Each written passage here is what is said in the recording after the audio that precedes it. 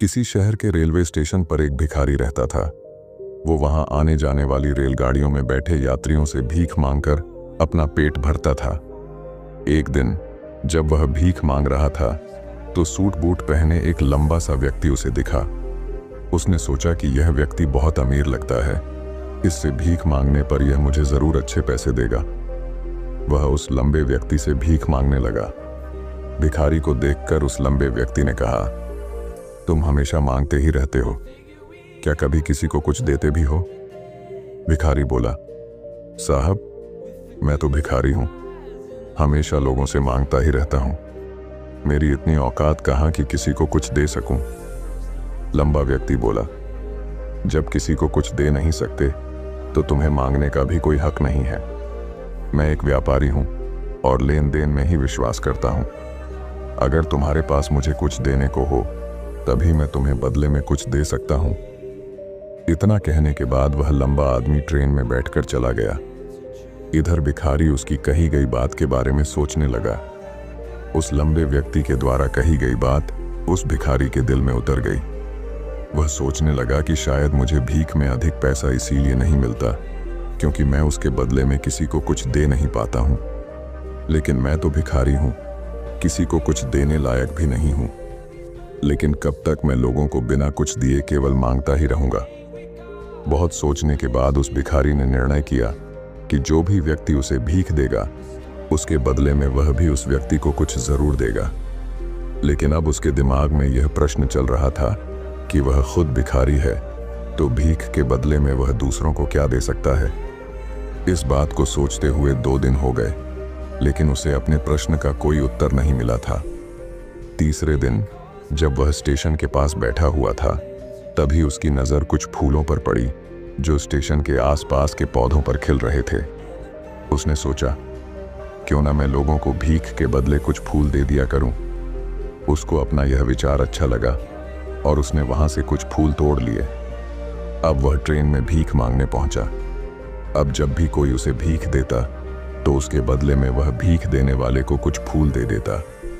उन फूलों को लोग खुश होकर अपने पास रख लेते थे। अब भिखारी रोज फूल तोड़ता और भीख के बदले में उन फूलों को लोगों में बांट देता था। कुछ ही दिनों में उसने महसूस किया कि अब उसे बहुत अधिक लोग भीख देने लगे हैं। वह स्टेशन के पास के सभी फूलों को तोड़ लाता था। जब तक उसके पास फूल रहते थे तब तक उसे बहुत से लोग भीख देते थे, लेकिन जब फूल बांटते बांटते खत्म हो जाते तो उसे भीख भी नहीं मिलती थी। अब रोज ऐसा ही चलता रहा। एक दिन जब वह भीख मांग रहा था तो उसने देखा कि वही लंबा व्यक्ति ट्रेन में बैठा है, जिसकी वजह से उसे भीख के बदले फूल देने की प्रेरणा मिली थी। वह तुरंत उस व्यक्ति के पास पहुंच गया और भीख मांगते हुए बोला, आज मेरे पास आपको देने के लिए कुछ फूल हैं। आप मुझे भीख दीजिए तो बदले में मैं आपको कुछ फूल दूंगा। उस लंबे व्यक्ति ने उसे भीख के रूप में कुछ पैसे दे दिए और भिखारी ने कुछ फूल उसे दे दिए। उस लंबे व्यक्ति को यह बात बहुत पसंद आई। वह बोला, वाह क्या बात है, आज तुम भी मेरी तरह एक व्यापारी बन गए हो। इतना कहकर फूल लेकर वह लंबा व्यक्ति अपने स्टेशन पर उतर गया। लेकिन उस लंबे व्यक्ति द्वारा कही गई बात एक बार फिर से उस भिखारी के दिल में उतर गई। वह बार बार उस लंबे व्यक्ति के द्वारा कही गई बात के बारे में सोचने लगा और बहुत खुश होने लगा। उसकी आंखें अब चमकने लगीं।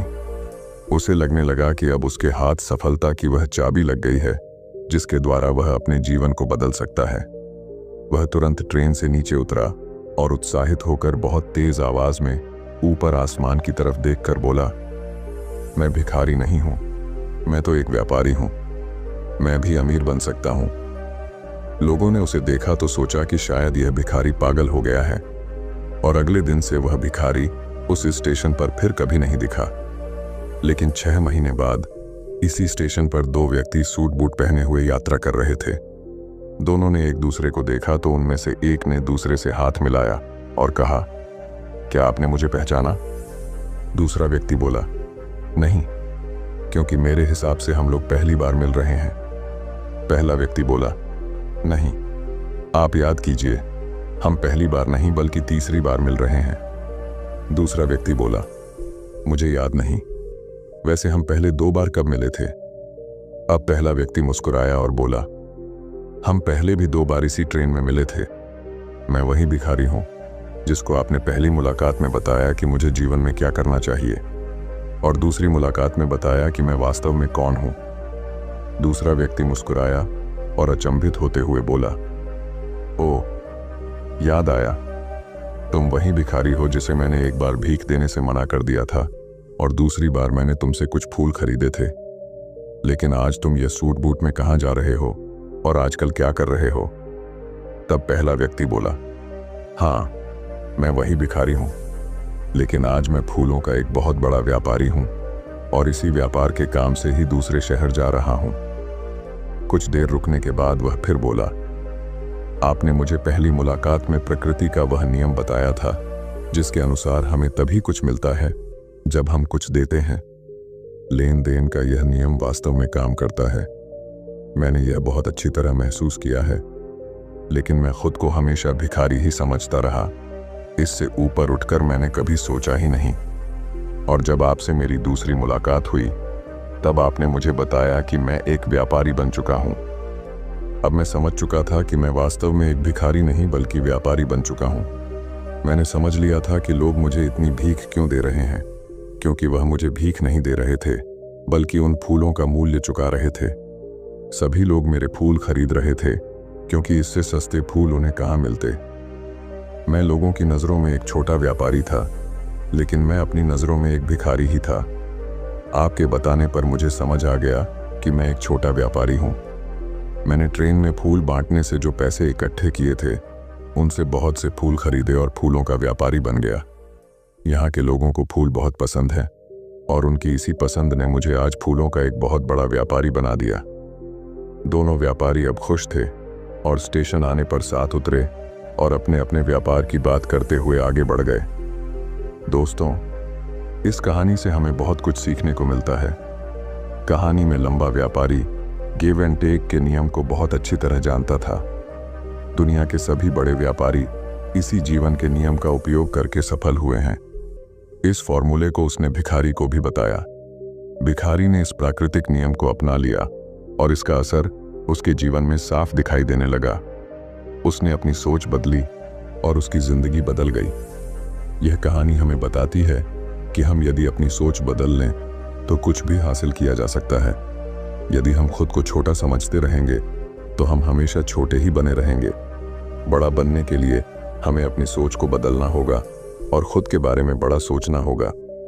कहानी का सार यह है कि सफलता आपकी सोच में छुपी होती है। खुद का आत्मसम्मान जगाइए, अपनी सोच को बड़ा बनाइए और देखिए कैसे आप सफलता के शिखर पर पहुंच जाते हैं।